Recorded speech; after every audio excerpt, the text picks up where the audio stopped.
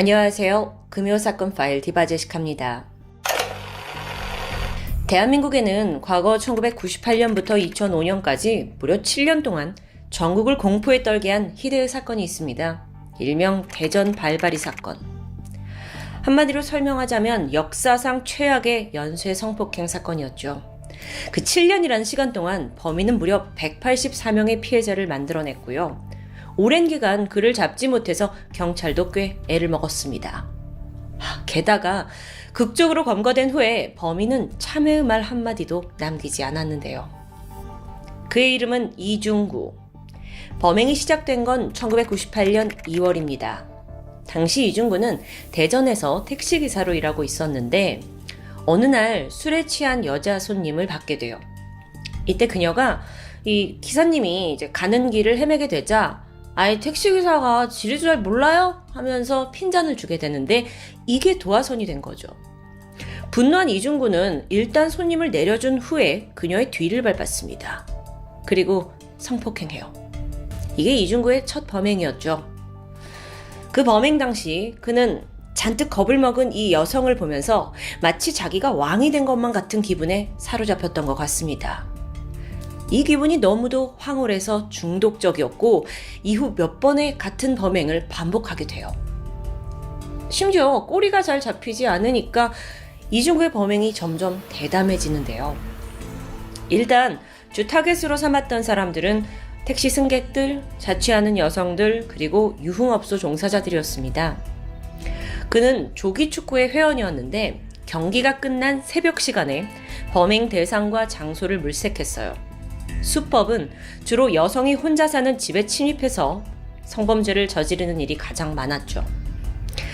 그 외에도 한 번은 유흥업소에 들어가서 다수의 여성들에게 한 번의 범행을 저지른 적도 있습니다.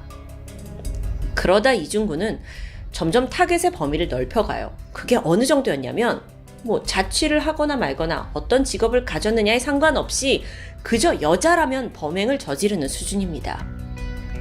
수법도 바뀌었는데요. 우유 배달원이나 보일러 수리공 행세를 하면서 침입하는 겁니다. 또 혹여 이게 통하지 않을 경우에는 가스 배관을 타고 화장실 창문을 통해 침입하기도 했고요. 그렇게 그는 수년 동안 끊임없이 성폭행을 저지르면서 계속 피해자를 양산해냈습니다. 아니, 근데 경찰은 왜 이중구를 검거하지 못했던 걸까요? 심지어 동네에 유사한 형태의 성범죄가 계속되었고 특히나 이 대전의 원룸촌에는 혼자 사는 여성들이 자주 당한다더라 라는 소문까지 파다했는데 말이죠. 그 이유는 이중구가 워낙 증거를 남기지 않았기 때문입니다. 그나마 유일하게 경찰이 찾은 증거는 피해자들 체내에 남아있는 DNA 뿐이었어요. 하지만 많은 사건에서 이중구가 굉장히 철저하게 행동합니다. 성범죄를 저지른 직후에 여성 피해자들에게 샤워를 강요해요. 그것도 몇 시간이나요. 이게 이렇다 보니까 피해자들도 어차피 증거가 남아있지 않을 거다 하면서 거의 자포자기 상태로 신고를 안 하게 되고요. 실제 신고가 접수된 경우에도 DNA가 검출되지 않는 경우가 다수였습니다. 그렇게 사건은 계속 끊이지 않았어요. 특히나 이 성폭행 신고가 꾸준히 접수되던 중에 경찰이 안 되겠다 싶어서 1999년부터는 본격적으로 DNA 데이터베이스를 구축하기 시작해요. 수많은 피해자들의 체내에서 검출된 DNA를 하나하나 모아서 감식을 진행하죠. 그 결과를 본 경찰은 까무러쳤습니다. 지난 몇 년간 대전에서 벌어진 수십 건의 성폭행 사건의 범인이 모두 한 사람이라는 걸 알게 된 겁니다. 근데 당시의 기술력으로 알아낼 수 있었던 건 여기까지였어요. 정작 그 DNA가 누구 건지는 알 수 없었던 겁니다. 그 외에 그나마 좀 유의미한 증거로 볼 수 있는 건 피해자들의 목격 증언인데요. 다들 공통적으로 말하는 게 있었습니다. 인상착의가 어땠냐? 그랬더니 키가 많이 작고요. 냄새가 나는 옷을 입고 있는 30대에서 40대 정도의 남성입니다. 라고 진술해요. 앞서 이중구가 축구를 하고 돌아오는 길에 범행을 자주 저질렀다고 했었죠. 바로 그 땀 냄새 때문이었죠. 이걸 지금 듣고 있는 우리는 알지만 당시의 수사관들은 냄새가 났다는 것만으로 범인을 추리하기는 어렵습니다. 그래서 수사를 대대적으로 해도 용의자를 제대로 추려낼 수 있는 단서는 부족했죠. 수사가 지지부진해졌고 그렇게 6년이라는 시간이 흐르고 말았습니다. 그러던 2005년 1월 대전 대덕구 중리동에서 또다시 성범죄 사건이 발생해요. 여성들이 사는 집에 누군가 들어와서 성폭행을 저지르고 도주한 사건이었죠. 근데 이때 피해자들이 말하길 범인이 창문으로 들어왔고 냄새가 심하게 나는 옷을 입고 있었다. 근데 그 남자가 20대 초반의 남성이다라고 진술합니다. 어라, 이전 사건들에서 피해자들의 진술과 달라요. 그전에는 30, 40대 남성이라고 했잖아요.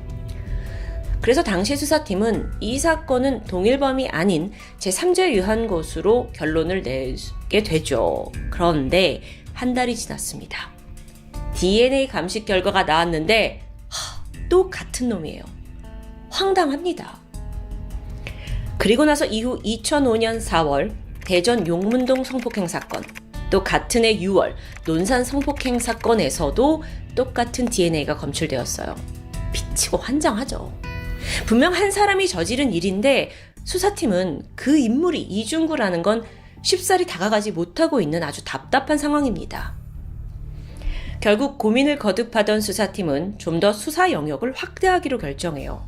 그래서 2000년부터 2005년까지 전국에서 발생한 모든 성폭행 자료를 다 검토합니다. 그리고 이 증거를 데이터베이스 DNA와 대조하게 되는데 그 결과 이 범인이 대전뿐만 아니라 청주, 전주, 광주, 용인, 그리고 대구까지 이건 뭐 전국구로 범행을 저질렀다는 걸 파악하게 되는데요. 심지어 피해자와 목격자 진술도 종합을 해봤더니 키가 작다라는 게 일관적인 목격담으로 나옵니다. 자, 그럼 이제 뭘 할 수 있냐? 분명 이 많은 사건들에서 범인을 추려낼 수 있는 어떤 특정 증거들이 나와야 할 텐데 답답해하던 경찰의 눈에 한 가지 특이점이 발견됩니다. 범인이 피해자의 집에 있던 수건을 잘라서 그걸로 피해자의 손가락을 묶는 방식이었어요. 경찰은 이 수법을 동일하게 쓴 다른 사례가 있는지 조사하게 되는데 그 결과 또 다른 사건 하나가 수면 위로 떠오릅니다. 2004년 1월 광주광역시에서 발생한 성폭행 사건이었어요. 이 사건엔 DNA 증거가 없었거든요. 그런데 앞서 말했던 것처럼 수건으로 손가락을 묶는 그 수법이 나타난 사건이었던 거예요.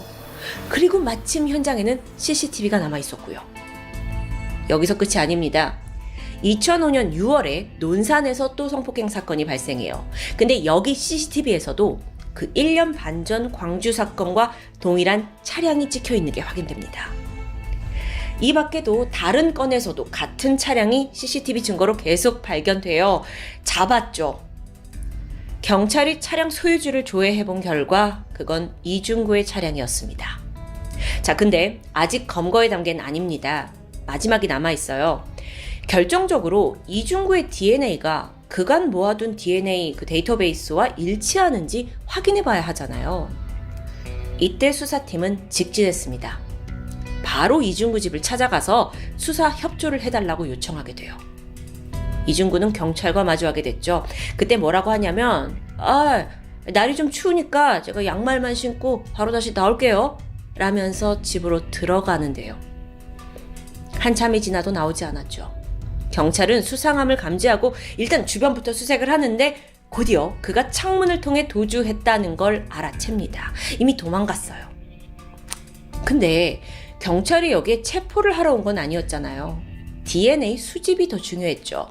그래서 수사팀이 이 집에 남아있던 이중구의 아들을 통해서 그가 피우다만 담배꽁초를 확보합니다. 그리고 바로 DNA 감식을 진행했죠. 그 결과 지난 1999년부터 2005년까지 벌어진 그 헤아릴 수 없을 정도의 많은 성폭행 사건의 범인이 밝혀집니다. 이중구였어요. 근데 답답하잖아요. 지금 이중구 도주했으니까. 3일 후인 2006년 1월 13일 수사팀은 이중구의 수배 전단을 전국에 배포해서 공개 수배를 실시합니다. 나이 45살, 키는 157cm의 왜소한 체격, 눈 밑에 오래된 상처가 있고 허벅지에 털이 많은, 당시 하의는 빨간색 추리닝에 상의는 밤색 무스탕, 빨간 등산조끼를 착용하고 있는 상습 강도 강간 용의자 이중구를 수배합니다. 그리고 5일 후인 1월 18일입니다. 이중구가 대전에 있는 아내에게 전화를 걸었다는 사실이 확인돼요. 발신 위치를 확인해 보니까 서울이었죠. 그래서 수사팀이 곧장 그 형사 20명을 보내서 이중구의 소재를 파악하게 되는데, 또 그 과정에서 이중구가 지인의 아이디를 도용해서 PC방에서 게임에 접속했다는 사실을 알게 되죠. 이 와중에 지금 게임을 하고 있는 겁니까? 어쨌든 즉각 경찰이 강동구 천호동에 있는 한 PC방을 급습했어요. 그리고 거기서 그 기나긴 시간 쫓던 이중구를 검거하는데 성공합니다. 여러분, 검거가 된 직후에 이중구가 어떻게 나 찾았어요? 하면서 궁금해했다고 해요. 자기가 전국을 돌면서 범행을 했잖아요. 그리고 또 피해자들 사이에 연관성이 없으니까 나는 결코 잡히지 않는다라고 생각했던 것 같아요. 물론 이 검거가 이것보다 더 어려웠던 이유가 있습니다. 기존의 이중구가 전과가 있던 사람이 아니죠.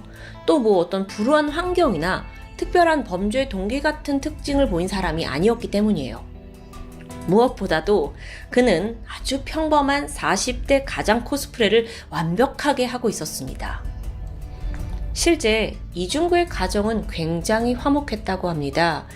아내와의 금술도 좋았고 20대 딸, 아들 모두 그를 자상한 아버지인 줄만 알고 있었으니까요. 그랬던 이중구가 그럼 왜 범행을 저질렀냐? 그 이유에 대해서는 첫 범행에서 느꼈던 쾌감이 너무 강렬했기 때문이다 라고 추정됩니다. 이중구란 사람이 특히나 여성에 대한 지배, 통제 욕구가 강했다고 해요. 그래서 계속해서 나보다 약자인 여성을 대상으로 범행을 저질러 왔던 거죠. 심지어 다수의 여성들을 한 공간에 놓고 범죄를 저지르기도 했고요. 그 사례들이 좀 끔찍한데, 한 번은 피해 여성의 남자친구를 묶어놓고 그 앞에서 여성을 해하는 일도 있었습니다. 또는 피해 여성에게 다른 친구 여성을 직접 불러내라고 협박해서 연쇄 성폭행을 저지르기도 했어요. 여러분, 이건 피해자까지 또 다른 공범으로 만드는 아주 악랄하고 극악무도한 짓입니다. 심지어 이미 자기한테 한 번 피해를 입은 여성을 다시 찾아가서 반복적인 범행을 저지른 경우도 있었고요. 어떻게 이래요? 이때 그가 남긴 말이 있었는데, 야, 경찰은 죽었다 깨어나도 나 못 잡아. 워낙 수년간 꼬리가 잡히질 않았으니까 굉장히 자신만만했던 태도를 엿볼 수 있습니다. 꼴사 나와요. 여러분, 이렇기 때문에 아무리 오래전 미제 사건이라도 우리와 경찰이 그렇게 애를 써서 범인을 검거해야 하는 이유가 엿보이죠. 이중구는 수사망을 피하기 위해서 피해자들에게 샤워를 강요했다고 하는데 이것만이 아니에요. 피해자들의 핸드폰을 숨겨서 아예 신고를 못하게 하기도 했고요. 신고하면 내가 너 죽여버리겠다 하면서 협박도 서슴지 않았고요. 그래서 실제 경찰에 집계되어 있는 그 사건 개수보다 그가 저지른 범행은 더 많았을 것으로 추정됩니다. 여기에 대해 이중구는 자기가 몇 차례나 범행을 저질렀는지 정확히 기억나지 않는다고 진술했습니다. 그렇게 전국을 누비면서 성폭행을 일삼던 대전 발발이 이중구. 검찰은 사형이 마땅하다라고 구형을 했지만 재판을 거쳐서 그의 최종 형량은 무기징역이 확정됩니다. 우리나라에서는 살인죄가 아닌 이상 무기징역이 잘 선고되지 않는다고 해요. 그만큼 이 성폭행범 이중구의 죄질이 살인과 버금갈 정도로 악랄하다는 것을 보여주고 있죠. 실제로 거의 180명이 넘는 피해자가 있지만 어쩌면 숨은 피해자들까지 합하면 더 많을 수도 있다는 게 알려져 있습니다. 그렇게 생각하니까 무기징역도 가벼운 형벌이 아닌가 싶은데요. 한 수사관이 수사를 하던 도중 이중구에게 질문을 했어요. 아니, 딸 키우는 아버지로서 양심의 가책을 느낀 적은 없어요? 여기에 이중구가 대답했죠. 내 딸이 피해를 입었다면 괴롭겠죠. 그러니까 피해자들은 내 딸 아니니까 뭐 상관없다는 건가요? 어처구니가 없는 진짜 인간입니다.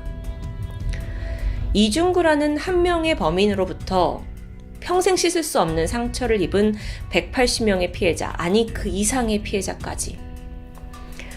복역 중인 이중구는 아직까지도 사과의 말 한마디를 남기지 않았다고 합니다.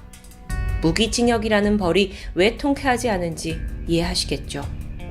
그는 진정 자신이 잘못했다는 사실을 인정하고나 있을까요?